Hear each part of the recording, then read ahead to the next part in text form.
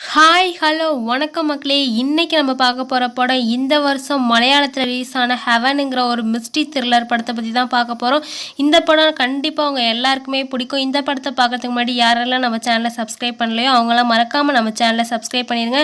அது மட்டும் இல்லாமல் டிஸ்கிரிப்ஷனில் ஸ்டோரி டெல்லிங்கிற சேனலோட லிங்க்கையும் கொடுத்துருக்கேன். அந்த சேனலையும் மறக்காமல் சப்ஸ்கிரைப் பண்ணிடுங்க. 2 சேனலில் வர மூவிஸையும் உடனுக்குடனே பார்க்கணுன்னா 2 சேனலையும் சப்ஸ்கிரைப் பண்ணி பெல் ஐக்கானை கிளிக் பண்ணுங்கள். வாங்க டைம் வேஸ்ட் பண்ணாமல் படத்துக்குள்ள போகலாம். இந்த படத்தோட ஓப்பனிங் சீன்ல என்சிசி பசங்கள்லாம் ஒரு கேம்புக்கு போறாங்க. ஸோ அந்த கேம்ப்ல ஒரு காதல் ஜோடியுமே இருக்காங்க. ஸோ இவங்க ஒரு காட்டுக்குள்ள போய் கேம்ப் போடுறாங்க. ஸோ அங்க இந்த காதல் ஜோடி அந்த காட்டுக்குள்ள தனியா போறாங்க. அவங்க 2 பேரும் தனியா போனவங்க எதையோ பார்த்து ஷாக் ஆகி அதிர்ச்சியில் நிற்கிறாங்க. இதோட சீனை கட் பண்ணி படத்தோட பேரை ஹெவன்னு போட்டு ஆரம்பிக்கிறாங்க. ஆக்சுவலி அந்த என்சிசி காதல் ஜோடி என்ன பார்த்துருப்பாங்கன்னு பார்த்தீங்கன்னா, காட்டுக்குள்ளே ஒரு டெட் பாடி அழுகிய நிலைமையில் இருக்கும். ஸோ அதை தான் பார்த்துருப்பாங்க. ஸோ அதை பார்த்துட்டு அவங்க போலீஸ்க்கு இன்ஃபார்ம் பண்ணியிருப்பாங்க. இவர் தான் அந்த கேஸை டீல் பண்ண போகிற போலீஸ் ஆஃபீஸர். ஸோ அந்த டெட் பாடி இருக்க இடத்துக்கு போலீஸ் டீம் எல்லாருமே அங்கே போகிறாங்க. அங்கே போய் எவிடன்ஸ்லாம் கலெக்ட் பண்ண ஆரம்பிக்கிறாங்க. ஸோ அந்த பாடி வந்து டீகம்போஸ்ட் ஆக ஆரம்பிச்சிருச்சு. உடம்புல வந்து புழுவெல்லாம் மிக்க ஆரம்பிச்சிருச்சு. ஸோ அங்கே என்னென்ன எவிடன்ஸ் கிடைக்குதுன்னு பார்த்தீங்கன்னா, ஒரு ஃபுட் பிரிண்ட் கிடைக்குது, ஒரு ஷூ மார்க்கு. அது வந்து 9 இன்ச்சு சென்டிமீட்டர் கொண்டது. அது மட்டும் இல்லாமல் ஒரு நீடிலுமே அங்கே இருக்குது. அதே எல்லா எவிடன்ஸுமே இவங்க கலெக்ட் பண்ணிக்கிறாங்க. அடுத்து இந்த பாடியை எடுத்துகிட்டு போய் போஸ்ட்மார்ட்டத்துக்கு அனுப்புகிறாங்க. ஸோ அங்கே இருக்க ஒரு போலீஸ் ஆஃபீஸர் இந்த போஸ்ட்மார்ட்டம் ரிப்போர்ட்லாம் நம்ம போலீஸ் ஆஃபீஸர் சொல்லிகிட்டு இருக்காங்க. ஸோ இந்த டாக்டர் என்ன சொல்கிறாங்கன்னு பார்த்தீங்கன்னா, பொதுவாக ஒரு பாடி டீகம்போஸ்ட் ஆகிறப்ப ஈக்கள் வந்து அந்த உடம்புல வந்து முட்டையிடும். அந்த முட்டைகள் கரெக்டாக 24 ஹார்ஸ் கழிச்சு குஞ்சு பொரிக்கும். ஸோ அந்த முட்டையிலேருந்து வரது தான் புழுக்கள். ஸோ இப்போ இந்த பாடியில் இருக்க புழுக்கள் ஆராய்ச்சி பண்ணப்போ இந்த புழுக்கள் உருவாகி 3 நாட்கள் ஆகுதுன்னு தெரியுது. ஸோ கிட்டத்தட்ட இந்த பாடி இந்த காட்டுக்குள்ளே வந்தது 4 நாளைக்கு முன்னாடி தான். ஸோ இவரும் கொல்லப்பட்டது 4 நாளைக்கு முன்னாடியாக தான் இருக்குன்னு சொல்கிறாங்க. ஸோ இன்னொரு மேல் டாக்டரும் இந்த பாடியோட அட்டாப்சியை சொல்கிறாரு போலீஸ் ஆஃபீஸர்கிட்ட. ஸோ இந்த பாடியோட சுகுலார் வெயின்ஸில் வந்து ஒரு நீடில் மார்க் இருக்குது. ஸோ யாரோ இன்ஜெக்ட் பண்ணியிருக்காங்கன்னு சொல்கிறாரு. அது மட்டும் இல்லாமல் விக்டிமோட நகத்துக்கு இடுக்கில் உள்ள மண் துகள்களும் ஸ்பாட்டில் கிடச்ச மண் துகள்களும் வந்து மேட்ச் ஆகுது. ஸோ கொலை அந்த இடத்துல தான் நடந்திருக்குங்கிறதையும் தெளிவுபடுத்துகிறாங்க போலீஸ் ஆஃபீஸர். ஸோ இது எல்லாத்தையுமே போலீஸ் ஆஃபீஸர் ஒரு ரிப்போர்ட்டாக எழுதி எடுத்துகிட்டு போகிறாங்க. ஸோ இப்போ இந்த போலீஸ் ஆஃபீஸர் எங்கே போகிறாருன்னு பார்த்தீங்கன்னா, கொலை நடந்த ஸ்பாட்டில் ஒரு ஷூ பிரிண்ட்டு கிடச்சிருக்கும். ஸோ அதோட பிரிண்ட் வந்து எந்த கம்பெனியோட மேட்ச் ஆகுதுன்னு பார்க்குறப்ப இவர் ஒரு பிராண்டு சொல்கிறாரு. ஸோ இந்த பிராண்டு எந்தெந்த கடையிலலாம் விற்கிதுன்னு சொல்லிட்டு ஷூ கடைக்கெல்லாம் போய் விசாரிக்கிறாங்க. ஸோ அப்போ வந்து அந்த கடைக்காரர் சொல்கிறாரு, இது வந்து இப்போ ரீசெண்டாக வந்த நியூ பிராண்டு தான். ஸோ இதை அதிகமாக யாரும் வாங்கலாம், ஒரு கிட்டத்தட்ட 20 பேருக்கு மேலே தான் வாங்கியிருப்பாங்க. நான் அவங்களோட லிஸ்ட்டையும் கொடுக்குறேன்னு சொல்லி கொடுக்குறாரு. அது மட்டும் இல்லாமல் இந்த ஷூவை வாங்கினவங்களோட சிசிடிவி ஃபுட்டேஜையுமே பார்க்குறாங்க, யாரெல்லாம் இந்த ஷூவை வாங்கியிருக்காங்கன்னு சொல்லிட்டு. அப்படியே சீனை கட் பண்ணிவிட்டு இந்த போலீஸ் ஆஃபீஸருக்கு தேவையான எவிடன்ஸ்லாம் கிடச்சிருச்சாட்டுக்கு. ஸோ யார் குற்றவாளினும் ஃபைன் பண்ணிட்டாராட்டுக்கு.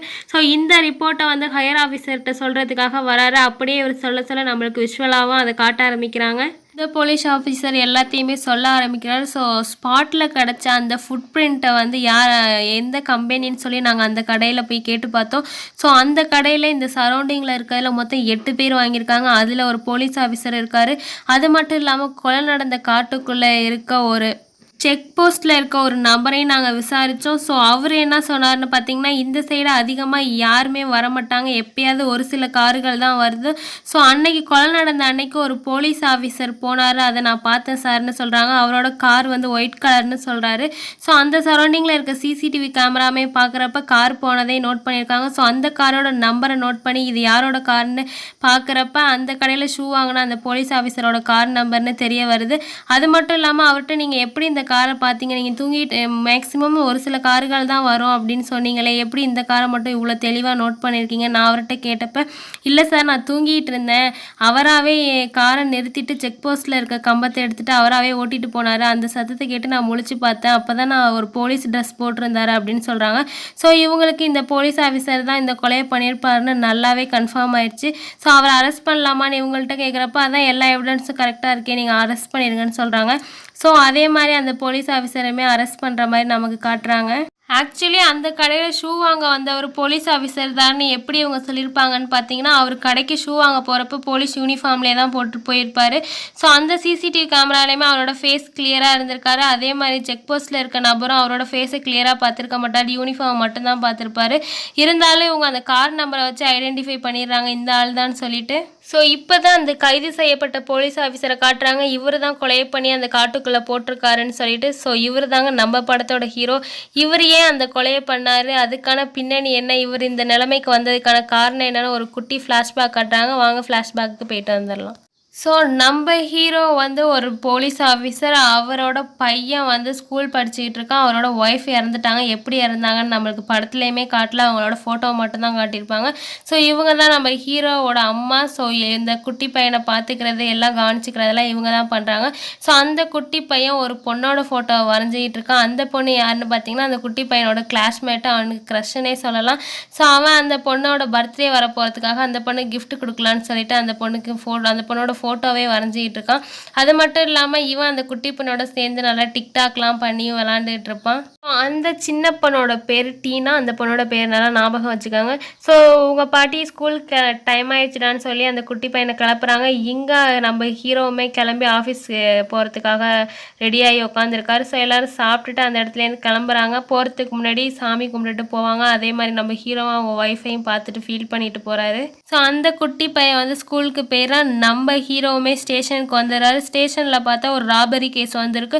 ஸோ ஹீரோ இந்த கேஸ் ரொம்பவே நேர்மையாக உடனே சால்வ் பண்ணி தீர்த்து வைக்கிறாரு. ஸோ இந்த சீன் எதுக்காக வச்சுருப்பாங்கன்னு பார்த்தீங்கன்னா நம்ம ஹீரோ ஒரு நேர்மையான போலீஸ் ஆஃபீஸர்னு காட்டுறதுக்காக இந்த சீன் வச்சுருப்பாங்க. ஸோ இந்த கேஸு சூப்பராக டீல் பண்ணி அந்த பிரச்சனையை முடிச்சு வைக்கிறாரு. அன்னைக்கு சாயங்காலமே ஸ்டேஷனில் ஒருத்தர் குடிபோதையில் பதட்டமாக ஓடி வந்து சார் என்னோட பொண்ணை காணும்னு சொல்லி கம்ப்ளைண்ட் கொடுக்குறாங்க. அப்போ நம்ம ஹீரோ அங்கே வராரு. என்னாச்சுன்னு கேட்குறப்ப என் பொண்ணை ஸ்கூல் விட்டு அழைச்சிட்டு போயிட்டு இருந்தேன் சார். அப்போ அங்கே பக்கம் வர வழியில் டாஸ்மாக் இருந்துச்சு. ஸோ நான் கொஞ்சம் சரக்கு வாங்கலாமேன்னு நான் அங்கே போனேன்.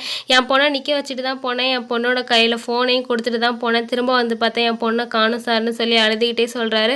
உடனே ஹீரோ உங்கள் ஃபோன் உங்கள் பொண்ணு கையில் தானே இருக்குன்னு சொல்லிட்டு உடனே கூகுள் லொக்கேஷன் ஆன் பண்ணி இவரோட ஃபோனை எங்கே லொக்கேஷன் காட்டுதுன்னு சொல்லிட்டு உடனே ஜீப்பில் கிளம்பிட்டு போகிறாங்க அந்த லொக்கேஷனை பார்த்துக்கிட்டே. ஸோ ஹீரோ ஜீப்பில் வர வழியில் அந்த குட்டி பொண்ணோட அப்பா கிட்ட உங்கள் பொண்ணுக்கு எத்தனை வயசு ஆகுதுன்னு கேட்குறப்ப 12 வயசுன்னு சொல்கிறாரு. பொண்ணை கூட்டிகிட்டு வரப்போ கேர்ஃபுல்லாக வரமாட்டியாயா, பிராந்தி கடைக்கெல்லாம் ஏன் போகிற அப்படின்னு சொல்லி திட்டிகிட்டே வராரு. ஸோ எப்படியும் அந்த லொக்கேஷன் காட்டுற இடத்துக்கு வந்துடுறாங்க. ஃபோன் லொக்கேஷனை பார்த்துக்கிட்டே ஒரு இடத்துல போய் நிற்கிறாங்க. அங்கே ஒரு வீடு இருக்குது. ஸோ அந்த வீட்டோட கதவை தட்டுறாங்க. அந்த வீட்லேருந்து ஒரு லேடி தான் கதவை ஓப்பன் பண்ணுறாங்க. அந்த லேடி வந்து வீட்டுக்குள்ளே யாருமே இல்லைன்னு சொல்லி சமாளிக்கிறாங்க. இருந்தாலும் லொக்கேஷன் இதே இடத்துல தான் காட்டுது. ஸோ ஒரு லேடி போலீஸை உள்ளே அனுப்பி உள்ளே செக் பண்ண சொல்கிறாங்க.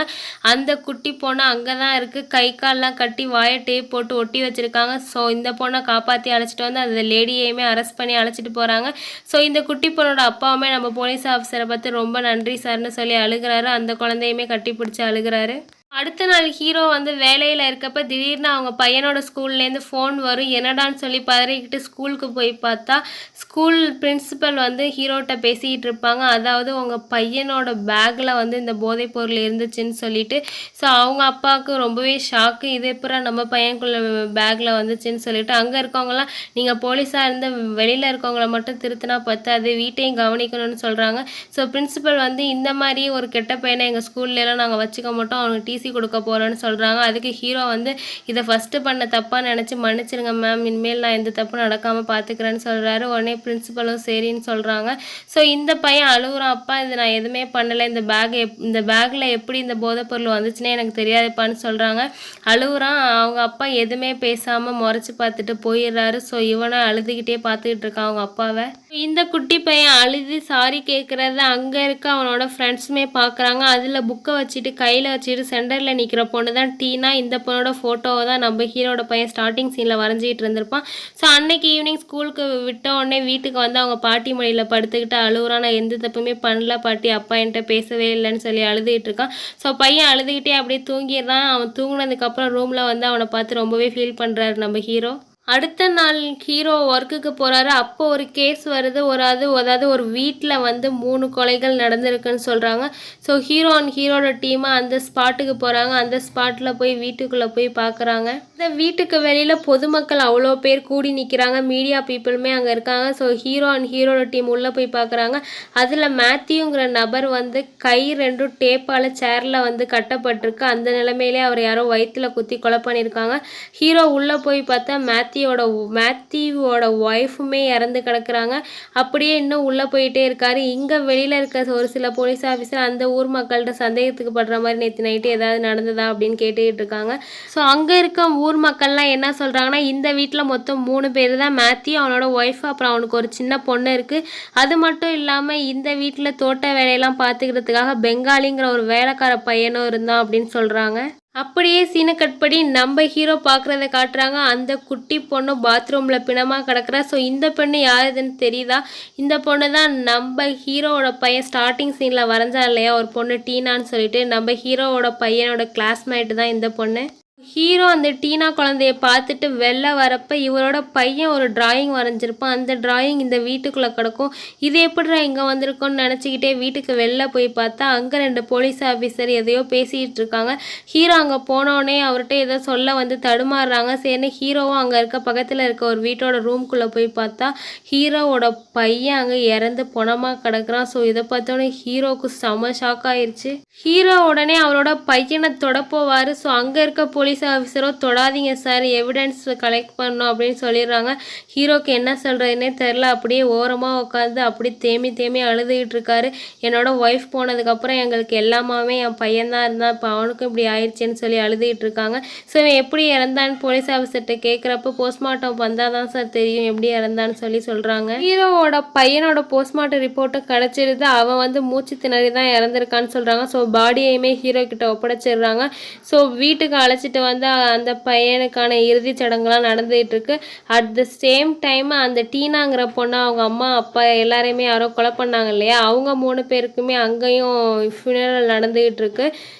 எல்லா சம்பிரதாயத்தையும் முடிச்சுட்டு அவரோட குழந்தையுமே அடக்கம் பண்ணிடுறாரு. அதே மாதிரி அங்கே டீனாவோட அம்மா அப்பாவையும் சொல்லி அவங்களோட ரிலேட்டிவ்ஸ் வந்து இறுதிச் சடங்கெல்லாம் முடிச்சுட்டு அவங்களையுமே புதைச்சிடுறாங்க. ஸோ இங்கே ஹீரோட வீட்டில் பார்த்தா ஹீரோட அம்மா ரொம்பவே ஆழ்ந்த சோகத்தில் இருக்காங்க. வீடே களை இழந்த மாதிரி இருக்குது. ஹீரோவுமே கடைசி நாள் நம்ம பையன்கிட்ட பேசாமே வந்துட்டோமே அப்படின்னு சொல்லி ரொம்பவே ஃபீல் பண்ணிக்கிட்டு இருக்காங்க. ஹையர் ஆஃபீஸர் இந்த கேஸை விசாரிக்கிறதுக்காக கிஷோருங்கிற ஒரு போலீஸ் ஆஃபீஸரை போடுறாங்க. ஸோ இவர் தான் கிஷோர், இந்த கேஸை டீல் பண்ண போகிறவர். ஸோ இந்த கிஷோர் போலீஸ் ஆஃபீஸருக்கு அசிஸ்டண்ட்டாக யாரை போடுறாங்கன்னு பார்த்தீங்கன்னா, நம்ம ஹீரோக்கு அசிஸ்டண்ட்டாக இருந்த அதே போலீஸ் ஆஃபீஸரை கிஷோருங்கிற போலீஸ் ஆஃபீஸருக்கும் அசிஸ்டண்ட்டாக போடுறாங்க.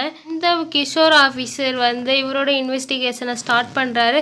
ஸோ இறந்து போன மேத்யூ வந்து ஏர்போர்ட்டில் ஒரு மேல் நர்ஸாக வேலை பார்த்துக்கிட்டு இருந்திருக்காருன்னு தெரியுது. அது மட்டும் இல்லாமல் அந்த வீட்டில் வேலை பார்த்துக்கிட்டு இருந்த பெங்காலிங்கிற பையனும் மிஸ்ஸிங். ஸோ அவன் மேலே அவங்க சந்தேகம் திரும்புது. இதுக்கு இடையில இந்த கிஷோர் போலீஸ் ஆஃபீஸர் நம்ம ஹீரோவை போய் இன்வெஸ்டிகேஷன் பண்ண போகிறாரு. உங்கள் பையன் எதுக்காக அவங்க வீட்டுக்கு போனான்னு கேட்குறப்ப நம்ம ஹீரோ சொல்கிறாரு, அங்கே இறந்து போன டீனாங்கிற பொண்ணும் என் பையனும் கிளாஸ்மேட்டு. ஸோ அந்த பொண்ணுக்கு பர்த்டேன்னு சொல்லி விஷ் பண்ணுறதுக்காக என் பையன் அங்கே போயிருக்கான்னு சொல்கிறாரு. அப்படியே இந்த சீனை கட் பண்ணால் கிஷோருங்கிற போலீஸ் ஆஃபீஸர் போய் ஒரு அட்டாப்சி பண்ணுற ஒரு டாக்டரை போய் மீட் பண்ணுறாரு.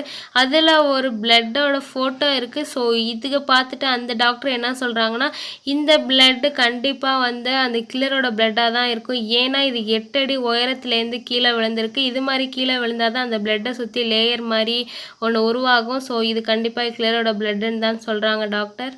So at the same time மற்ற போலீஸ் ஆஃபீஸர்லாம் என்ன பண்ணுறாங்கன்னு பார்த்தீங்கன்னா, அந்த மேத்யூ வீட்டில் வேலை பார்த்த அந்த பெங்காலிங்கிற வேலைக்கார பையன் மிஸ்ஸிங் இல்லையா, அவனோட ஃபோட்டோவை மற்ற எல்லார்ட்டையுமே காமிச்சு இவனை பார்த்தீங்களான்னு கேட்குறாங்க. அது மட்டும் இல்லாமல் இவனோட ஃபோட்டோவையுமே பிரிண்ட் அவுட் எடுத்து அங்கே இருக்க எல்லா இடத்துலையுமே ஒட்டுறாங்க. யாராவது பார்த்து இன்ஃபார்ம் பண்ணிங்கன்னா அவங்களுக்கு சன்மானம் வழங்கப்படும்னு சொல்லிட்டு. இங்கே அப்படியே சீனை கட் பண்ணால் நம்ம டாக்டர் என்ன சொல்லியிருப்பாங்கன்னா, கண்டிப்பாக கில்லருக்குமே அடிபட்டிருக்கும். ஸோ அவன்கிட்டேருந்து வந்த பிளட்டு தான் இப்படி லீக் ஆகிருக்குன்னு சொல்லியிருப்பாங்க இல்லையா. ஸோ அந்த கொலை நடந்த இடத்துக்கு பக்கத்தில் இருக்க சரௌண்டிங்கில் இருக்க எல்லா ஹாஸ்பிட்டல்லையுமே கொலை நடந்த அன்னைக்கு இல்லைனா அடுத்த நாள் யாராவது பேஷண்ட் வந்து ரத்த காயத்தோடு யாராவது இங்கே வந்திருக்காங்களான்னு சொல்லி விசாரிக்கிறாங்க.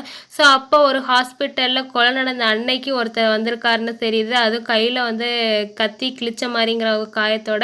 ஸோ சிசிடிவி கேமராவை பார்க்குறப்ப அந்த கில்லர் உள்ளே வரப்போ அந்த செக்யூரிட்டி அவனுக்கு விஷ் பண்ணியிருப்பான். ஸோ செக்யூரிட்டிக்கு அவன் தெரிஞ்சவனாக தான் இருக்கும், இங்கே ரெகுலராக அடிக்கடி வந்துட்டு போனவனாக தான் இருக்கும்னு கெஸ் பண்ணி அந்த செக்யூரிட்டியை கூப்பிட்டு விசாரிக்கிறாங்க அவன் யாருன்னு சொல்லிட்டு. அந்த செக்யூரிட்டி அந்த கில்லரோட அட்ரஸை கொடுத்துட்றாங்க. ஸோ போலீஸ் ஆஃபீஸர் எல்லாமே போய் அந்த லொக்கேஷனுக்கு போய் கில்லரையுமே கையும் களுவுமாக பிடிச்சிடுறாங்க. ஸோ இவன் தான் இப்போதைக்கு இவனை தான் சந்தேகப்படுறாங்க. இவனை கஸ்டடியில் வச்சு விசாரிச்சுக்கிட்டு இருக்காங்க. இப்போ ஒருத்தனை பிடிச்சிட்டு வந்திருக்காங்க இல்லையா கில்லர்னு சொல்லிட்டு, இவன் பேர் ஸ்டீஃபன். இவனோட பேர் நல்லா ஞாபகம் வச்சுக்கோங்க. இனிமேல் இந்த கில்லரை ஸ்டீஃபன் தான் சொல்ல போகிறேன். ஸ்டீஃபனை அடித்து விசாரிக்கிறப்ப அவன் சொல்கிறான், நானும் அந்த வீட்டில் வேலை பார்த்த பெங்காலிங்கிற வேலைக்காரன் 2 பேரும் சேர்ந்து தான் அந்த வீட்டில் இருக்க நகையெல்லாம் திருடலான்னு பிளான் போட்டோம். ஸோ அப்படி பிளான் போட்டு திருடிட்டு இருக்கப்ப நாங்கள் திருடினதை அவங்க பார்த்துட்டாங்க. வேறு வழியே இல்லாமல் தான் அவங்கள கொண்டுட்டோம். அது மட்டும் இல்லாமல் அந்த நகையெல்லாம் எனக்கு கொடுக்காம அந்த பெங்காலிங்கிற பையன் எல்லா நகையும் எடுத்துகிட்டு ஓடி போயிட்டான். அவனை ஆளே காணும் சார் அப்படின்னு சொல்லிட்டு இருக்காரு. அப்படியே சீனை கட் பண்ணால் நம்ம ஹீரோட வீட்டுக்கு ஸ்கூல் பிரின்சிபல் 2 ஸ்கூல் பசங்களோட வந்திருக்காங்க. வந்து சாரி கேட்குறாங்க. எதுக்காகன்னு பார்த்தீங்கன்னா, அன்னைக்கு ஹீரோவோட பையனோட பேக்லேருந்து ஒரு போதைப் பொருள் எடுத்தோன்னு சொன்னோம் பார்த்தீங்களா, அது உங்கள் பையனோடதே கிடையாதான்.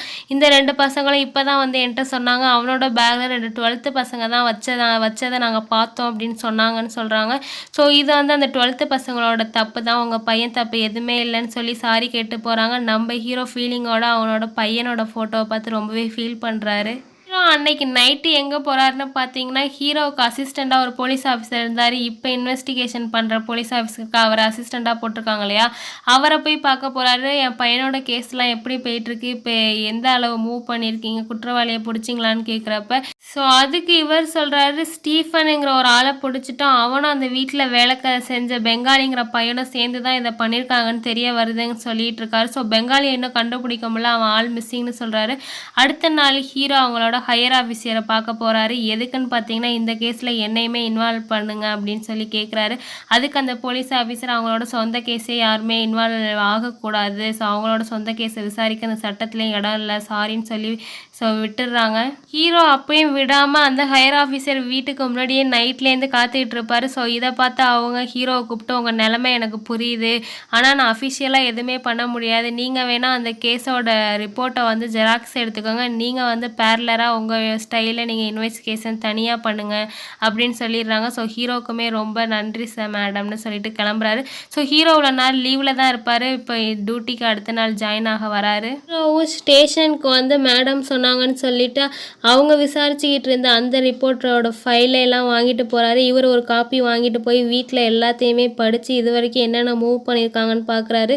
ஸோ இப்போ இவர் கண்டுபிடிக்க போகிறது அந்த மேத்யூ வீட்டில் வேலை பார்த்து அந்த பெங்காலிங்கிற வேலைக்காரனை தான் இப்போ இவர் கண்டுபிடிக்கணும். இவனை கண்டுபிடிச்சா மட்டும்தான் எல்லாம் தெரியும்னு நினைக்கிறாரு. அது மட்டும் இல்லாமல் இவர் கேஸ் டீட்டெயிலையும் படித்து பார்த்துட்டு சர்ச்சுக்குமே போய் பிரார்த்தனை பண்ணுறாரு. அவன் பையன் இறந்து போன இடத்தையுமே போய் பார்த்து ஃபீல் பண்ணுறாரு. இதுக்கடையில் நம்ம ஹீரோ வந்து இப்போ ஜெயிலில் ஒரு அக்யூஸ்ட் இருக்கார் இல்லையா ஸ்டீஃபன் சொல்லிட்டு, அவனை மீட் பண்ண போகிறாரு. அவன் வந்து அழுதுகிட்டே, நான் எந்த தப்புமே பண்ணல சார், எல்லாமே அந்த வேலைக்கார பையன் பெங்காலி தான் பண்ணான், நான் கூட வேடிக்கை பார்த்துக்கிட்டு தான் இருந்தேன், அவன் தான் எல்லாரையுமே கொலை பண்ணான்னு சொல்கிறாரு. ஸோ இவன் பேசின எல்லாத்தையுமே ஸ்டேட்மெண்ட்டாக எழுதி அவனோட சைனை போட வைக்கிறாங்க. அவன் வந்து ரைட் ஹேண்டில் தான் சைன் போடுறான். இதை ஹீரோ நல்லா நோட் பண்ணிக்கிறாரு. ஹீரோ வந்து இந்த ஸ்டீஃபன் ரைட் ஹேண்டில் சைன் போடுறத பார்த்துட்டு ஏதோ ஒரு பொறி தட்டுது. அடுத்த நாள் ஹீரோ எல்லா டீட்டெயில்ஸுமே எடுத்துகிட்டு ஹையர் ஆஃபீஸரை மீட் பண்ண போகிறாங்க. அவர்கிட்ட போய் ஹீரோ என்ன சொல்கிறாருன்னு பார்த்தீங்கன்னா, ஹீரோ அவரோட பையன், அந்த இறந்து போன டீனா, அப்புறம் அதே வீட்டில் வேலை செஞ்ச பெங்காலிங்கிற பையன் 3 பேருமே சேர்ந்து டிக்டாக் பண்ண ஒரு வீடியோவை காட்டுறாங்க. ஸோ அதில் வந்து ஒரு பொருளை வச்சுட்டு இவங்க டிக்டாக் பண்ணியிருப்பாங்க. அதில் அந்த பெங்காலிங்கிற வேலைக்கார பையனும் ரைட் ஹேண்ட் தான் யூஸ் பண்ணியிருப்பான். இப்போ கஸ்டடியில் இருக்க ஸ்டீஃபனுங்கிற ஒரு குற்றவாளியுமே ரைட் ஹேண்டில் தான் சைன் பண்ணியிருப்பான். ஸோ இவங்க 2 பேருமே ரைட் ஹேண்டு. ஸோ ஹீரோ இப்போ என்ன சொல்ல வராருன்னா, இறந்து போனார் இல்லையா மேத்யூ, அவரை வந்து சேரில் உட்கார வச்சு கையை வந்து சேரோட டேப் சுற்றி வச்சுருப்பாங்க. அதுக்கப்புறம் தான் அவரோட வயிற்றில் குத்தி கொலை பண்ணியிருப்பாங்க. ஸோ அவரோட கை சேரோட டேப் சுத்தப்பட்ட விஷயம் பார்த்திங்கன்னா ஆன்டி கிளாக் வைஸில் இருக்கும். ஸோ இதே ஒரு ரைட் ஹேண்டராக இருந்து இந்த டேப்பை சுற்றியிருந்தால் கிளாக் வைஸில் தான் சுற்றிருக்கணும். இவர் ஆன்டி கிளாக்கில் சுற்றியிருந்தால் ஒரு லெஃப்ட் ஹேண்டர் தான் இந்த கொலை பண்ணியிருப்பார். ஸோ கொலை பண்ணது இந்த ஜெயிலில் இருக்க ஸ்டீஃபனும் கிடையாது, அந்த வீட்டிலேருந்து மிஸ்ஸிங் ஆன பெங்காலிங்கிற வேலைக்காரனும் கிடையாது, யாரோ ஒரு 3rd பர்சன் தான் கொலை பண்ணியிருக்காங்க. அது மட்டும் இல்லாமல் இது வந்து ஒரு ப்ரீ பிளான் மர்டர், வந்து இது நகை திருட்டுக்காக இது நடந்த யதார்த்தமான கொலையும் கிடையாதுன்னு சொல்கிறாரு. இத கேட்ட அந்த ஹையர் ஆஃபீஸர் மிரண்டு போயிடுறாங்க. ஸோ மேல்கொண்டு என்ன பண்ணுமோ அத பண்ணுங்கன்னு சொல்றாங்க. அதுக்கு ஹீரோ சொல்றாரு, "நான் அந்த வீட்ட மறுபடியும் போய் செக் பண்ணணும். ஏதாவது தடயம் கிடைக்குதான்னு" சொன்னோனே, "ஓ! கண்டிப்பா போய் பாருங்கன்னு" அவங்களும் வந்து ஆர்டர் குடுத்துடுறாங்க. ஸோ ஹீரோ அண்ட் ஹீரோட டீம் வந்து அந்த மிஷின் வச்சு ஏதாவது ஒரு பொருள் கிடைக்குதான்னு பார்க்குறாங்க. ஸோ எல்லா இடத்தையுமே சுத்தி பார்த்துடுறாங்க. எந்த ஒரு பொருளுமே இவங்களுக்கு கிடைக்கல. சரி என்னடா பண்றதுன்னு கிளம்புற நேரத்துல ஹீரோவ நோட் பண்றாரு. அங்க இருக்க பார்க்கிங் டைல்ஸோட டிசைன்லாம் நோட் பண்றாரு. எல்லா இடத்துலயுமே ஒரே மாதிரி டிசைன் இருக்குது, ஒரு இடத்துல மட்டும் டிசைன் வேறு மாதிரி இருக்குது. ஸோ அதை நோட் பண்ண ஹீரோ அங்கே வந்து காலால் தட்டி பார்க்குறாரு. ஸோ அது இப்போ தான் புதுசாக போட்ட டைல்ஸ் மாதிரி தெரியுது. அங்கே இருக்க போலீஸ் ஆஃபீஸர்லாம் கூப்பிட்டு இந்த டைல்ஸை எடுங்கன்னு சொல்கிறாங்க. அது மட்டும் இல்லாமல் அங்கே அந்த மிஷினை வச்சு செக் பண்ணுறப்ப அங்கேருந்து ஒரு சவுண்டும் வருது. ஸோ ஹீரோவுக்கு கன்ஃபார்ம் ஆயிடுது இங்கே ஏதோ இருக்குன்னு சொல்லிட்டு. ஸோ எல்லா போலீஸ் ஆஃபீஸரையும் கூப்பிட்டு அந்த டைல்ஸ் எல்லாம் பிரித்து எடுக்க சொல்கிறாரு. ஸோ அங்கே ஒரு பைப் எடுக்கிறாரு. அந்த பைப்பை அந்த மணலில் சுருகி மேலே வந்து லைட்டரை வைக்கிறாரு. ஸோ அந்த இடத்துல குபு குபுன்னு எரிய ஆரம்பிக்குது. ஸோ அங்கே இருக்கவங்களாம் என்னது சார் இதுன்னு கேட்குறப்ப, இந்த மண்ணுக்கு அடியில் பாடி இருந்தால் அது டீகம்போஸ் ஆனால் அதுலேருந்து மீத்தேன் வாயு வெளில வரும். ஸோ அது இப்படி எரியும்னு சொல்கிறாங்க. ஸோ ஹீரோ கன்ஃபார்ம் பண்ணிடுறாரு உள்ளே ஒரு பாடி இருக்குன்னு சொல்லிட்டு. ஸோ அன்னைக்கு எல்லாரையும் கூப்பிட்டு அங்கே தோண்ட சொல்லி பாடி எடுக்கிறாங்க. அந்த பாடி யாருதுன்னு பார்த்தீங்கன்னா, அந்த வீட்டில் வேலை செஞ்ச பெங்காலிங்கிற வேலைக்காரனோட பாடி. ஸோ இவன் தான் கில்லர்னு நினச்சி இவனை தேடிட்டு இருந்தாங்க. கடைசியில் இவனையுமே கொன்று யாரோ புதைச்சி வச்சுருக்காங்க. ஹீரோ அடுத்த நாள் ஜெயிலில் இருக்க அந்த ஸ்டீஃபனுங்கிற குற்றவாளியை பார்க்க போகிறாரு. நீ எல்லாமே அந்த வேலைக்கார பையன் பெங்காலி தான் பண்ணான்னு சொன்னால் கடைசியில் அவனே கொண்டு யாரும் புதைச்சி வச்சுருக்காங்களேன்னு கேட்குறப்ப இவன் சிரிச்சுக்கிட்டே தெனாவட்டா சொல்கிறான், திருடின பணத்தில் பாதி பங்கு கேட்டால் எனக்கு கொடுக்க மனசு இல்லை, அதனால தான் அவனை கொண்டு அங்கேயே புதைச்சி வச்சேன். ஸோ நீங்கள் எல்லாருமே அவன் தான் அங்கே இருக்கவங்களெல்லாம் கொலை பண்ணிவிட்டு தப்பிச்சு போயிட்டான்னு நினைப்பீங்கன்னு உங்களை திசை திருப்ப தான் இது மாதிரி பண்ணேன்னு தெனாவட்டா பேசுகிறான். நம்ம ஹீரோ என்ன பண்ணுறாருன்னா, அங்கே இருக்க போலீஸ் ஆஃபீஸர்லாம் இவன் ஜெயிலுக்கு வந்ததுலேருந்து இவனை யாரெல்லாம் பார்க்க வந்தாங்கன்னு சொல்லிட்டு விசிட்டர் லிஸ்ட்டெல்லாம் செக் பண்ணுங்க அப்படின்னு சொல்கிறாங்க. ஸோ அப்படி செக் பண்ணுறப்ப இவனை பார்க்க ஒரு ஆள் வந்திருக்காங்க. அந்த நபரோட வீட்டுக்கு போகிறாங்க. அந்த நபரை அரெஸ்ட் பண்ணி அவனோட வீட்டை செக் பண்ணுறப்ப அவன் வீட்டில் கட்டுக்கட்டாக பணம் இருக்குது. ஸோ அந்த பணத்தை எடுத்துகிட்டு வந்து அந்த பணத்தில் ஃபிங்கர் பிரிண்ட் ஏதாவது இருக்கான்னு பார்க்குறப்ப அந்த கில்லருங்கிற ஸ்டீஃபனோட ஃபிங்கர் பிரிண்ட்டு, அப்புறம் கொடுத்து வச்சுருந்தான் இல்லையா இவனோட ஃபிங்கர் பிரிண்ட்டு, அப்புறம் மூணாவதாக ஒரு ஆளோட ஃபிங்கர் பிரிண்ட்டும் கிடைக்கிது. ஸோ அந்த மூணாவது ஆளோட ஃபிங்கர் பிரிண்ட் என்னன்னு தெரியலை. ஸோ யார்கிட்டையோ விசாரிக்க கொடுத்து வச்சுருக்காங்க. இவங்கள்ட்ட தான் கொடுத்து வச்சுருக்காங்க. அந்த ஃபிங்கர் பிரிண்ட் யாரோடதாவது மேட்ச் ஆகுதான்னு கேட்குறப்ப இவங்க அந்த மூணாவது ஃபிங்கர் பிரிண்ட் யார் கூடயுமே மேட்ச் ஆகலைன்னு சொல்லிடுறாங்க. ஹீரோவும் ஹீரோவோட அசிஸ்டண்ட்டும் பேசிக்கிட்டு இருக்காங்க. சார் என்ன சார் அந்த மூணாவது ஆள் யாருன்னு ஃபைன் பண்ணுறதுக்கான ஒரு சின்ன க்ளூ கூட கிடைக்கலையே அப்படின்னு பேசிக்கிட்டே வராங்க. அப்படியே ஹீரோவோட பையன் அன்னைக்கு சைக்கிளில் தான் அந்த டீனா பொண்ணோட வீட்டுக்கு போயிருப்பான். ஸோ அந்த சைக்கிளை கொண்டு வந்து ஹீரோ வீட்டு வாசலில் இறக்குறாங்க. ஸோ ஹீரோ அந்த சைக்கிளை ரொம்பவே ஃபீலிங்கோட பார்த்துட்டு இருக்காரு. அந்த சைக்கிளை கொண்டு போய் அவரோட பையனோட ரூமில் வைக்கிறாரு. ஸோ அங்கே ஹீரோவோட அம்மாவுமே அந்த சைக்கிளை பார்த்து ரொம்பவே ஃபீல் பண்ணுறாங்க. அது மட்டும் இல்லாமல் ஹீரோ அவங்க பையனில் அவன் பையன் ஹீரோட பையன் நல்லாவே ட்ராயிங் பண்ணுவான். ஸோ அந்த ட்ராயிங் நோட்லாம் எடுத்து பார்த்துக்கிட்டு இருக்காரு. ஸோ அந்த ட்ராயிங் புக்கில் நிறைய ட்ராயிங் பண்ணி வச்சுருக்கான் அவங்க பையன். ஸோ அப்படியே அந்த புக்கை பார்த்துக்கிட்டே வரப்போ அவங்க பையன் அந்த ஸ்கூலை வரைஞ்சி வச்சுருக்கான். ஸ்கூல் விடுற டயத்தில் ஒரு 7 பசங்க வந்து ஹைட் ஆர்டர் படி வரிசையாக போகிற மாதிரி வரைஞ்சி வச்சுருக்காரு. ஸோ ஹீரோக்கு அதை பார்த்தோன்னே ஏதோ ஒன்று தோணுது. உடனே அவங்க பையனோட ஃபியூனரல் வீடியோவும் அப்புறம் அந்த டீனா பொண்ணோட ஃபியூனரல் வீடியோவும் பார்க்குறாங்க. அப்போ டீனாவோட சாவுக்கு அவங்க ஸ்கூல் பசங்கள்லேருந்து ஒரு 4-5 பேர் வந்திருக்காங்க. ஆனால் அந்த பசங்க ஹீரோவோட பையனோட இறப்புக்கு வரல. ஸோ 2 பேருமே கிளாஸ்மேட்டு தானே. டீனாவோட சாவுக்கு வந்திருந்தா என் பையனோட சாவுக்குமே வந்திருக்கணுமே, ஏதோ தப்பாக இருக்கேன்னு சொல்லிட்டு ஹீரோ ஸ்கூல் விடுற டயத்துக்கு கரெக்டாக ஸ்கூல் வாசல் முன்னாடி போய் நிற்கிறாரு. ஹீரோவோட பையன் டிராயிங்கில் வரைஞ்சி வச்ச மாதிரியே ஒரு 6 பசங்க ஹைட் ஆர்டர் வயசில் வரிசையாக நடந்து போய் ஒரு ஆம்னி வேனில் ஏறுறாங்க. ஸோ ஹீரோ இதை பார்க்குறாரு. அந்த ஆம்னி வேன் போகிற இடத்துக்கு நம்ம ஹீரோவுமே ஃபாலோ பண்ணிட்டு போகிறாரு. அந்த ஆம்னி எங்கே போகுதுன்னு பார்த்தீங்கன்னா ஒரு அநாத ஆசிரமத்துக்கு போகுது. ஸோ ஹீரோவும் அங்கே போய் அந்த அநாத ஆசிரமத்தோட இன்சார்ஜான ஒரு சிஸ்டரை பார்த்து பேசுகிறாரு. ஸோ டீனாக்கும் உங்களுக்கு ஏதாவது சம்மந்தம் இருக்கா, நீங்கள் ஏன் டீனா சாவுக்கு போயிருக்கீங்க, எங்கள் பசங்க சாவுக்கு வரலையேன்னு கேட்குறப்ப அப்போ அந்த சிஸ்டர் ஒரு ஷாக்கிங்கான நியூஸ் சொல்கிறாங்க. ஸோ டீனா வந்து இந்த ஆர்ஃபனேஜில் வளர்ந்த ஒரு அநாத குழந்தைன்னு சொல்கிறாங்க. அது மட்டும் இல்லாமல் அந்த மேத்யூவோட ஒய்ஃபுக்கும் குழந்தைங்களே கிடையாது. ஸோ அடிக்கடி இந்த அநாத ஆசிரமத்துக்கு வருவாங்க. இங்கே இருக்க குழந்தைங்களோட கொஞ்சம் ஜாலியாக டைம் ஸ்பெண்ட் பண்ணுவாங்க. அப்போ இந்த குடும்பத்தில் இருக்க டீனாங்கிற ஒரு குழந்தைய அவங்களுக்கு ரொம்பவே பிடிச்சி போயிடுது. ஸோ அந்த குழந்தை மேலே அதிகமாக அக்கறை காட்ட ஆரம்பிக்கிறாங்க. ஸோ என்னக்கிட்ட வந்து இந்த குழந்தைய நாங்கள் தத்து எடுத்துக்கிறோம்னு கேட்டாங்க. அதுக்கு சிஸ்டர் சொல்கிறாங்க, உங்கள்கிட்ட சொந்த வீடுன்னு ஒன்றுமே கிடையாது, இது மாதிரி சொந்த வீடு இல்லாதவங்களுக்கு இந்த குழந்தைய தத்து கொடுக்கறதுக்கான உரிமை எங்கள்கிட்ட கிடையாதுன்னு சொல்லி அனுப்பிடுறாங்க. அன்னைக்கு அவங்க சோகமாக போயிட்டாங்க. அப்படியே ஒரு சில மாதங்களுக்கு கழித்து திரும்ப வந்தாங்க. டீனா பேரில் புதுசாக ஒரு வீடு வாங்கியிருக்கோம். அது மட்டும் இல்லாமல் டீனாக்காக ஒரு புதுசாக ஒரு அக்கௌண்ட் க்ரியேட் பண்ணி அவள் பேரில் 50 லட்சம் பணமும் போட்டிருக்கோம்னு சொல்லி திரும்ப தத்து கொடுக்க கேட்டாங்க.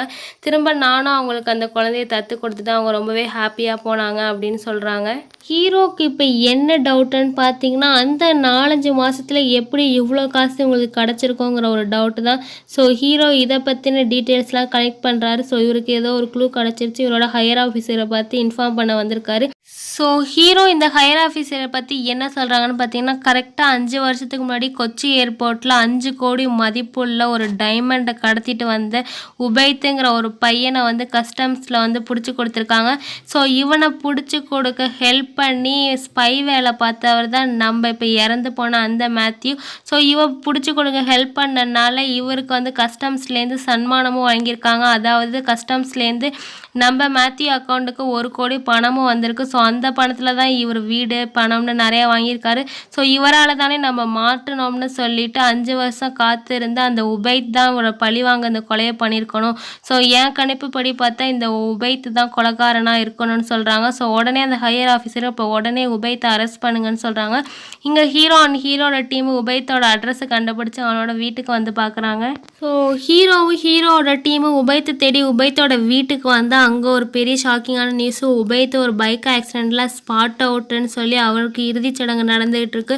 ஸோ ஹீரோ ஆரம்பித்த இடத்துக்கே மறுபடியும் வந்துட்டார். ஹீரோக்கு என்ன பண்ணுறதுனே தெரில. அப்போ ஹீரோக்கு ஒரு ஃபோன் கால் வருது. என்னடான்னு பார்த்தா ஹீரோவோட அம்மாவுக்கு வந்து சுகர் இருக்கும். அவங்க டேப்லெட் ஒழுங்காக எடுத்துக்கிறதுனால ரொம்பவே சுகர் அதிகமாகி ஹாஸ்பிட்டலில் சேர்த்துருப்பாங்க. டாக்டர் வந்து ஏன் சுகர் டேப்லெட்லாம் ஒழுங்காக எடுத்துக்கிறேன்னு கேட்குறப்ப எனக்கு எப்போதுமே நான் மறந்துடுவேன் டேப்லெட் போட, என் பேரை தான் ஞாபகப்படுத்துவான்னு சொல்கிறாங்க. ஸோ ஹீரோவோட அம்மா ஹாஸ்பிட்டலில் அட்மிட் பண்ணப்பட்டிருக்காங்க. ஸோ ஹீரோ அங்கே வெளியில் அட்டெண்டர்ஸ்லாம் உட்காந்துருக்க இடத்துல உட்காந்து டீ குடிச்சிட்டு இருக்காரு. அப்போ அங்கே யார் வராருன்னு பார்த்தீங்கன்னா, ஹீரோ ஸ்டார்டிங் சீனில் ஒரு கேஸை வந்து ஃபைன் பண்ணியிருப்பார் இல்லையா, ஒரு குழந்தைய கடத்தி வச்சுருப்பாங்க, அந்த குழந்தைய காப்பாற்றுவார் இல்லையா, அந்த குழந்தையோட அப்பா வந்து பேசுகிறாரு. என்ன சார் நல்லா இருக்கீங்களா, இங்கே ஏன் வந்திருக்கீங்கன்னு கேட்குறப்ப, இல்லை அம்மாவுக்கு உடம்பு சரியில்லை அதனால தான் ஹாஸ்பிட்டல் வந்திருக்கோன்னு சொல்கிறாங்க. நீங்கள் இங்கே என்ன பண்ணுறீங்கன்னு நம்ம ஹீரோ கேட்குறப்ப, நான் ஒரு ஆம்புலன்ஸ் டிரைவர், அது மட்டும் இல்லாமல் மார்ச்சுரியிலையும் வேலை பார்க்குறேன், இந்த டெட் பாடிலாம் பதப்படுத்துகிற வேலை பார்க்குறேன் சார்னு சொல்லிட்டு அவர் கிளம்புறாரு. அடுத்த நாள் ஹீரோ வந்து ஹையர் ஆஃபீஸரை பார்க்க போகிறாரு. அவர் என்ன சொல்கிறாருன்னு பார்த்தீங்கன்னா, சாரி மேடம், என்னோட ஃபைண்டிங் எல்லாமே ராங் ஆயிருச்சு அப்படின்னு சொல்லிட்டு, நம்ம கஸ்டடியில் இருக்க அந்த ஸ்டீஃபன் தான் உண்மையான குற்றவாளி அப்படின்னு சொல்கிறாரு. அது மட்டும் இல்லாமல் சொல்லிவிட்டு, எனக்கு லீவ் வேணும், எங்கள் அம்மாவுக்கு உடம்பு சரியில்லை மேம், அதனால் பார்த்துக்கிறதுக்கு லீவ் வேணும்னு சொல்லிட்டு லீவும் வாங்கிட்டு போகிறாரு. ஹீரோ லீவ் போட்டுட்டு இப்போ எங்கே வந்திருக்காருன்னு பார்த்தீங்கன்னா, இந்த கேஸை ஸ்டார்டிங்கில் இன்வெஸ்டிகேஷன் பண்ண அந்த கிஷோருங்கிற போலீஸ் ஆஃபீஸரோட வீட்டுக்கு வந்திருக்காங்க. ஹீரோ என்ன கேட்குறாருன்னு பார்த்தீங்கன்னா, ஜெயிலில் இருக்க அந்த ஸ்டீஃபனுக்கும் உனக்கு என்ன சம்மந்தம்னு கேட்குறாரு. அவனுக்கு எனக்கு என்ன சம்மந்தம் அப்படின்னு சொல்லி மழுப்புறாரு. ஸோ ஹீரோ ஒரு குட்டி ஃப்ளாஷ்பேக்கை சொல்ல ஆரம்பிக்கிறாரு. நம்மளுக்கு விஷுவலாக காட்டுறாங்க. அந்த ஜெயிலில் இருக்க ஸ்டீஃபனுக்கு ஒரு பெரிய வக்கீலை யாரோ பிடிச்சி கொடுத்துருப்பாங்க. ஸோ இந்த வக்கீல் எப்படி இவனுக்கு ஆதரவாக வந்தார்னு சொல்லிட்டு ஹீரோ அந்த வக்கீலை அவருக்கே தெரியாமல் ஃபாலோ பண்ணுவார். அவர் போகிற கோயிலுக்கு, அவர் சாப்பிட்ற ஹோட்டலுக்குன்னு சொல்லி அவர் போகிற எல்லா இடத்துக்குமே ஹீரோ ஒரு வாரமாக ஃபாலோ பண்ணிகிட்டு இருந்திருப்பார். அப்படி ஒரு இடத்துல ஃபாலோ பண்ணுறப்ப இந்த வக்கீல் இருக்க இடத்துக்கு ஜெயிலில் இருக்க அந்த ஸ்டீஃபனோட ஒய்ஃப் வந்திருப்பாங்க. அவங்க வந்து தனியாக வந்திருக்க மாட்டாங்க. அவங்கள அழைச்சிட்டு வந்தது யாருன்னு பார்த்தீங்கன்னா, இந்த கேஸை ஸ்டார்டிங்கில் இன்வெஸ்டிகேஷன் பண்ண அந்த கிஷோர் ஆஃபீஸர் தான். ஸோ நம்ம போலீஸ் ஆஃபீஸர் கேட்குறாரு, ஹீரோ நீ எதுக்கு அந்த குற்றவாளியை பிடிக்கிற மாதிரியே பிடிச்சி அவனுக்கு இவ்வளோ பெரிய வக்கீலையும் அரேஞ்ச் பண்ணி கொடுத்த, என்ன பின்னணி அப்படின்னு சொல்லி மிரட்டி கேட்குறாரு நம்ம போலீஸ் ஆஃபீஸர் கிஷோர் கிட்ட. ஃபஸ்ட்டு அந்த கிஷோர் போலீஸ் ஆஃபீஸர் எதுவுமே ஒத்துக்கலை, நீ என்னையா சொல்கிறேன்னு சொல்லி திமிரிக்கிட்டு இருக்காரு. ஸோ அப்போ ஹீரோ கிஷோரோட குழந்தையோட ஃபோட்டோவை எடுத்து, இப்போ நீ உண்மையை மட்டும் சொல்லேன்னா உன் குழந்தைய என்ன பண்ணுவேன்னு தெரியாதுன்னு சொல்லி மிரட்ட ஆரம்பிக்கிறாரு. ஸோ கிஷோரும் பயந்துக்கிட்டு எல்லா உண்மையும் ஒன்று ஒன்றா சொல்ல ஆரம்பிக்கிறாரு. அதாவது என்னன்னு பார்த்தீங்கன்னா, இவர் வந்து அந்த ஜெயிலில் இருக்க ஸ்டீஃபனோட ஆளுன்னு தெரிய வருது. ஸோ இவர் ஸ்டீஃபனா, அப்புறம் ஒரு மெயின் வில்லன், எல்லாம் ஒரு கூட்டு களவாணின்னு தெரிய வருது. ஸோ இப்போ ஃப்ளாஷ்பேக்குக்கு போகலாம் வாங்க. இந்த படத்தோட வில்லன் யாருன்னு பார்த்தீங்கன்னா, ஜானுங்கிற ஒரு நபர் தான். இவரு தான் அந்த ஜானு. இவரு வந்து டைமண்ட்லாம் வந்து இன்னொரு ஏர்போர்ட்லேருந்து இன்னொரு கண்ட்ரிக்கு கடத்துற ஒரு பிஸ்னஸ் தான் பண்ணிகிட்ருக்காரு. ஒரு டைமண்ட் மாஃபியானே சொல்லலாம். இவரு யார் மூலியமா இந்த கடத்தல் வேலையெல்லாம் பார்க்குறாருன்னு பார்த்தீங்கன்னா, கர்ப்பிணி பெண்கள தான் பயன்படுத்துறாங்க. ஸோ ஃப்ளைட் லேண்ட் ஆக போறப்ப இவங்க கரெக்ட்டா ஒரு டேப்லெட் போடுவாங்க. அந்த டேப்லெட் இவங்கள அன்கம்ஃபர்டபுள் ஆக்கும். ஸோ இதனால இவங்களுக்கு உடனே மெடிக்கல் எமர்ஜென்சி தேவைப்படுதுன்னு சொல்லிட்டு எந்த செக்கிங்குமே இல்லாம ஏர்போர்ட்ல இருக்க ஒரு ஹாஸ்பிட்டலுக்கு அழைச்சிட்டு போவாங்க. ஸோ அங்க இவங்க எடுத்துக்கிட்ட டேப்லெட்டுக்கான ஆன்டிடோஸ அங்க இருக்க நம்ம வில்லன் ஜானோட ஆளுங்க போடுவாங்க. ஸோ அங்க இருக்க டாக்டர் நம்ம ஜானோட ஆளு தான். ஸோ அந்த டாக்டருக்கு அசிஸ்டண்டா மேல் நர்ஸா வேலை பார்த்தவர் தான் மேத்யூ. இந்த மேல் நர்ஸ் மேத்யூக்கு அந்த இன்ஜெக்ஷன் மேலே ஏதோ ஒரு டவுட் இருக்குது. ஸோ டாக்டர் போனோன்னா அந்த இன்ஜெக்ஷனோட பேரை பார்த்துட்டு கூகுளில் சர்ச் பண்ணி பார்க்குறாரு. ஸோ அது ரொம்பவே ஆபத்தான இன்ஜெக்ஷன்னு தெரியுது. ஸோ இவங்க ஏதோ தப்பு பண்ணுறாங்கன்னு உணர்ந்த மேத்யூ வந்து கஸ்டம்க்கு இன்ஃபார்ம் பண்ணிடுறாரு. ஸோ இவங்களோட அடுத்த டார்கெட் வர வரைக்கும் வெயிட் பண்ண சொல்கிறாங்க கஸ்டம்ஸும். இங்கே வந்து இந்த இன்ஜெக்ஷனை போட்டு இந்த ப்ரெக்னென்ட் லேடியை வந்து ஒரு மெடிக்கல் காலேஜுக்கு அனுப்புவாங்க. அந்த காலேஜ் நம்ம வில்லனோட காலேஜ் தான்.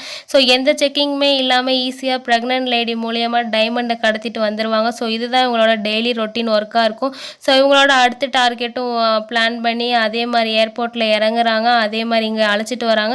ஸோ நம்ம செகண்ட் இதுக்காக காத்துக்கிட்டு இருந்த அந்த மேத்யூவும் கஸ்டம்ஸ்க்கு இன்ஃபார்ம் பண்ணிடுறாரு. ஸோ கடத்தலுக்கு உதவி பண்ண இந்த ப்ரெக்னென்ட் லேடியை அரெஸ்ட் பண்ணிடுறாங்க. அந்த டாக்டரை அரெஸ்ட் பண்ணுறாங்க. ஸோ இந்த தடவை கடத்தலுக்கு பயன்படுத்தின அந்த ப்ரெக்னென்ட் லேடி நம்ம வில்லனோட ஒய்ஃபு. ஸோ வில்லனுக்கு ரொம்பவே டென்ஷன் ஆகிடுது.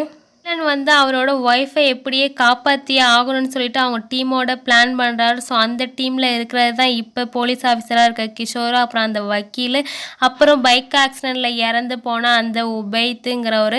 ஸோ இவங்க 4 பேரும் ஒரு டீம். எப்படியாவது என் ஒய்ஃப் வெளில வரணும்னு சொன்னோன்னே இந்த உபைத் நான் வந்து டைமண்டை கடத்திட்டு வந்த மாதிரி உன் ஒய்ஃபுக்கு பதிலாக நான் ஆஜராகிறேன்னு சொல்லிட்டு இவர் ஆஜராகுவார். அதுக்கப்புறம் இவரோட ஒய்ஃப் நான்சியுமே விட்டுருவாங்க. ஸோ அவங்க செக் பண்ணதில் இவங்களோட குழந்தை வந்து அபார்ட் ஆகிருக்கும். ஸோ இது மாதிரி டைமண்ட் கடத்தலுக்காக ஹெல்ப் பண்ண போய் என் குழந்தையே போயிடுச்சுன்னு சொல்லி ரொம்ப ஃபீலிங்காக இருக்காங்க. அது மட்டும் இல்லாமல் அடுத்த நாள் இவங்க குழந்தை இல்லாததை நினச்சி ஃபீல் பண்ணி தூக்கு போட்டு இறந்துடுறாங்க. ஸோ இவ்வளோ பிரச்சனைக்கு காரணம் நம்ம டைமண்ட் கடத்தினதை வந்து கஸ்டம்ஸ்க்கு இன்ஃபார்ம் பண்ண இன்ஃபார்மர் தான். ஸோ அந்த இன்ஃபார்மர் யாருன்னு கண்டுபிடிச்சி அவனுக்கு கொன்னே ஆகணும்னு இவர் ஒரு முடிவு எடுக்கிறாரு. இன்ஃபார்மர் மேத்யூன்னு சொல்லி ஜான் ஃபைன் பண்ணிடுறாரு. ஆனால் உடனே ரிவெஞ்ச் எடுக்கக்கூடாது, நம்ம மேலே டவுட் வந்துடும்னு சொல்லி 5 வருஷம் பொறுமையாக இருந்து பிளான் போட்டு நம்ம வில்லன் ஜான், அப்புறம் அந்த ஜெயிலில் இருக்க ஸ்டீஃபன், அப்புறம் பைக் ஆக்சிடெண்ட்டில் இறந்து போன உபைத் 3 பேருமே உள்ளே போயிருக்காங்க.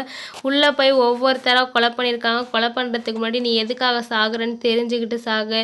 ஸோ கஸ்டமர்ஸ்லேருந்து நீ இன்ஃபர்மேஷன் கொடுத்து 1 கோடி பணம் வாங்கின இல்லையா, அதனால் என் வாழ்க்கையே போயிடுச்சு, என் குழந்தை போயிடுச்சு, என் ஒய்ஃப் போயிட்டான்னு சொல்லி நீ உன்னோட சந்தோஷம் எல்லாத்தையும் நான் எடுக்கிறேன்னு சொல்லிட்டு ஃபஸ்ட்டு இவரோட ஒய்ஃபை கொலை பண்ணுறாங்க. அடுத்து இவர் யாருக்காக இவ்வளோ வேலையும் பார்த்து காசு சம்பாரித்து வீடெலாம் வாங்கினாரோ அந்த குழந்தையுமே கொலை பண்ணிடுறாங்க. ஸோ இனிமேல் நீ இழக்கிறதுக்கு ஒன்றுமே இல்லைன்னு சொல்லி கடைசியாக நம்ம மேத்யூவுமே கொலை பண்ணிட்டு போகிறாங்க. அப்போ இந்த கொலை எல்லாத்தையும் பண்ணது வந்து இந்த வீட்டில் வேலை செய்கிற வேலைக்காரன்னு சொல்லி பிளேட்டை மாற்றுறதுக்காக அந்த வேலைக்காரனையுமே கொலை பண்ணி அங்கே புதைச்சி வச்சுருப்பாங்க. அப்போ யதார்த்தமாக அங்கே இருக்க பண்ணை வீட்டுக்குள்ளே போய் பார்க்குறப்ப ஹீரோவோட பையன் அங்கே இருப்பான். ஹீரோவோட பையன் டீனாவோட பர்த்டேக்கு சர்ப்ரைஸாக விஷ் பண்ணலான்னு சொல்லிட்டு அங்கே இருக்க குடோனில் பலூன்லாம் ஊதிக்கிட்டு இருப்பான். ஸோ வில்லன் அங்கே போய் நம்ம ஹீரோவோட பையனோட மூச்சை அடைச்சி அங்கேயே கொன்னுடுறான். அது மட்டும் இல்லாமல் இந்த கேஸ் எல்லாத்தையுமே அந்த வேலைக்காரன் மேலே போடலான்னு தான் நினச்சிருப்பாங்க. கடைசியில் அந்த வேலைக்காரனே இவங்க கண்டுபிடிச்சதுனால வேறு வழி இல்லாமல் ஸ்டீஃபனை சரண்டர் ஆக சொல்லியிருப்பாங்க. ஸோ ஸ்டீஃபனை காப்பாற்றுறதுக்காக ஒரு பெரிய வக்கீலையுமே இவங்களே பிளான் பண்ணி வச்சு கொடுத்துருப்பாங்க. ஸோ ஹீரோ இது எல்லாத்தையுமே கண்டுபிடிச்சிடுறாரு. ஸோ அன்னைக்கு நைட்டு வீட்டுக்கு போகிறாரு. ஹீரோவோட அம்மா வந்து பிரார்த்தனை பண்ணிட்டு இருக்காங்க. ஹீரோ அவங்க அம்மா கிட்ட போய் நம்ம பேரனை கொண்ட நம்ம குழந்தைய கொண்ட அந்த பாவியை கண்டுபிடிச்சிட்டோமான்னு சொல்கிறாங்க. அதுக்கு ஹீரோட அம்மா அந்த பாவி இன்னும்மா உயிரோட இருக்கான்னு கேட்குறாங்க. அடுத்த நாள் அப்படியே கொலைகாரன் ஜானை காட்டுறாங்க.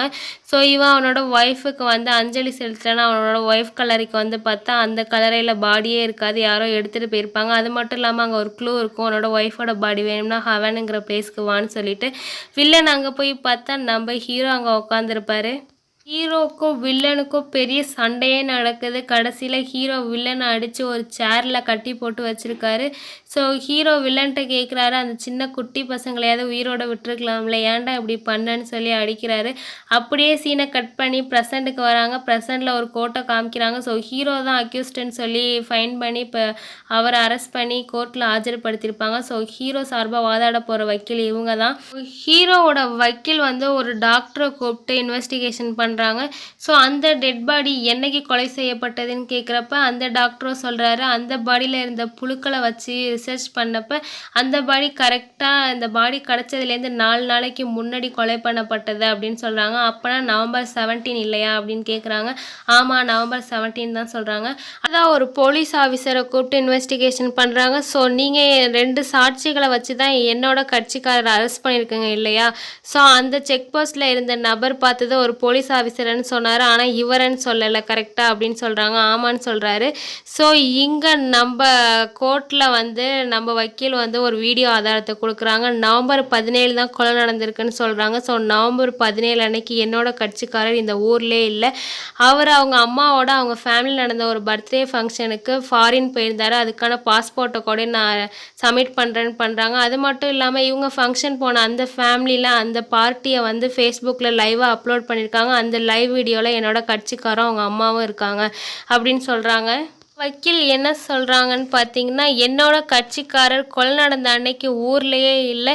இவங்க யாரோ 2 பேர் சொன்ன சாட்சியை வச்சுக்கிட்டு நம்ம கட்சிக்காரர் ஊரில் இல்லைங்கிறத கூட கிராஸ் செக் பண்ணாமல் அரெஸ்ட் பண்ணிட்டு கொண்டு வந்து வச்சுருக்காங்க. ஸோ இவர் அன்னைக்கு ஊர்லேயே இல்லை, இவர் நிரபராதின்னு சொல்லி ஹீரோவாக அந்த கேஸ்லேருந்து வெளில எடுத்துடுறாங்க. ஸோ இந்த போலீஸ் ஆஃபீஸருக்கு நான் இன்வெஸ்டிகேஷன் பண்ண எந்த கேஸுமே தப்பானதில்லை, எப்படி இது மட்டும் தப்பாக இருக்குன்னு சொல்லிட்டு குழப்பத்தில் உட்காந்துருக்காரு. அந்த டாக்டர்கிட்டையுமே கேட்குறாரு, நீங்கள் பண்ண போஸ்ட்மார்ட்டம் ரிப்போர்ட்லாம் கரெக்டு தானான்னு கேட்டது. என்னோட இந்த 20 வருஷ சர்வீஸில் நான் எதையுமே தப்பாக கணிச்சதில்லை, கரெக்டாக நவம்பர் 19 தான் அந்த கொலை நடந்திருக்கு அப்படின்னு சொல்கிறாங்க. அதுக்கு இந்த போலீஸ் ஆஃபீஸர் சொல்கிறாரு, ஒருவேளை பாடியை வந்து ஃப்ரீஸ் பண்ணி 2 நாள் வச்சுருந்தா அப்போ புழு உருவாகிறது லேட் ஆகும் தானேன்னு கேட்குறப்ப மேபி இருக்கலான்னு அந்த டாக்டர் சொல்கிறாரு. அப்படியே ஃப்ளாஷ்பேக்கில் அன்னைக்கு என்ன நடந்துச்சுன்னு நமக்கும் காட்டுறாங்க. ஸோ ஆரம்ப சீனில் ஒரு குழந்தை கடத்தலுக்கு ஹெல்ப் பண்ணியிருப்பார் இல்லையா, அந்த குழந்தையோட அப்பாட்ட போய் ஹீரோ ஹெல்ப் கேட்டிருப்பாரு. ஸோ இவர் ஒரு ஆம்புலன்ஸ் டிரைவர், அது மட்டும் இல்லாமல் மார்ச்சரியில் பாடியை பதப்படுத்துகிற வேலையும் பார்க்குறாரு இல்லையா. ஸோ ஹீரோ நவம்பர் 19க்கு முன்னாடி 2 நாளைக்கு முன்னாடியே இவனை கொலை பண்ணியிருப்பாரு. நம்ம ஆம்புலன்ஸ் டிரைவர்கிட்ட வந்து எனக்கு 2 நாள் இவனை பதப்படுத்தி வைக்க ஹெல்ப் பண்ணுங்கன்னு சொல்லியிருப்பாரு. ஸோ இவர் தான் ஐஸில் யாருக்கும் தெரியாமல் பதப்படுத்தி வச்சுருப்பாரு. ஸோ ஹீரோ இவர் பிளான் பண்ணபடியே 19ஆம் தேதி ஊருக்கு கிளம்புறாரு. ஊருக்கு கிளம்புறதுக்கு முன்னாடி இவரோட கார், யூனிஃபார்ம், ஷூ எல்லாத்தையுமே இந்த குழந்தையோட அப்பாட்ட கொடுத்துட்டு கிளம்புறாரு. எனக்கு இந்த உதவி மட்டும் பண்ணுங்கன்னு சொல்லிட்டு, நான் உங்களுக்கு உதவி பண்ணுறேன் சார், என் குழந்தைய நீங்கள் காப்பாற்றி கொடுத்துருக்கீங்கன்னு சொல்லிட்டு ஹீரோவோட காரை எடுத்துக்கிட்டு அவரோட யூனிஃபார்ம் போட்டுக்கிட்டு அவரோட ஷூவை எடுத்துக்கிட்டு இவர் தான் அந்த காட்டுக்குள்ளே போயிருப்பார். ஸோ இவர் காட்டுக்குள்ளே போகிறப்ப தான் அந்த நபரும் இவரை பார்த்துருப்பாரு. ஸோ காட்டுக்குள்ளே இந்த பாடியை போட்டுட்டு வேணுக்குனே சூப்ரிண்ட்டையும் அங்கே வச்சுட்டு அந்த சிரஞ்சியையும் அங்கே போட்டிருப்பாரு. ஸோ ஹீரோ வில்லனை எப்படி கொலை பண்ணியிருப்பாருன்னு பார்த்தீங்கன்னா, என் பையனை நீ மூச்சு அடிச்சு தானே சாக வச்ச, அதே மாதிரி நீ சாகுன்னு சொல்லிட்டு அந்த எம்டி சிரஞ்சியை வந்து ஹீரோ வந்து வில்லனோட வெயினில் போட்டிருப்பாரு. ஸோ அந்த ஏர் பபிள்ஸ் போய் ஹார்ட்டை வந்து நிறுத்திடும், பம்ப் பண்ண முடியாமல். ஸோ வெறும் சிரஞ்சியால் தான் கொலை பண்ணியிருப்பாரு. ஸோ இந்த போலீஸ் ஆஃபீஸர்லாம் அந்த சிரஞ்சில் ஏதாவது பாய்சன் இருக்கான்னு செக் பண்ணுவாங்க. எதுவுமே அவங்களுக்கு தடயம் கிடச்சிருக்காரு. ஸோ ஹீரோ எந்த க்ளூவுமே இல்லாமல் சூப்பராக க்ளூவையும் கொடுத்துட்டு எந்த தடையுமே இல்லாமல் தப்பிச்சிட்டாரு. ஸோ இதுதான் நம்மளுக்கு ஃப்ளாஷ்பேக்லையும் காட்டுறாங்க. இந்த மூவி முடியுது. என்னோட எக்ஸ்ப்ளனேஷன் பிடிச்சிருந்துச்சுன்னா நம்ம சேனலை மறக்காமல் சப்ஸ்கிரைப் பண்ணிடுங்க ஃப்ரெண்ட்ஸ். Thank you so much.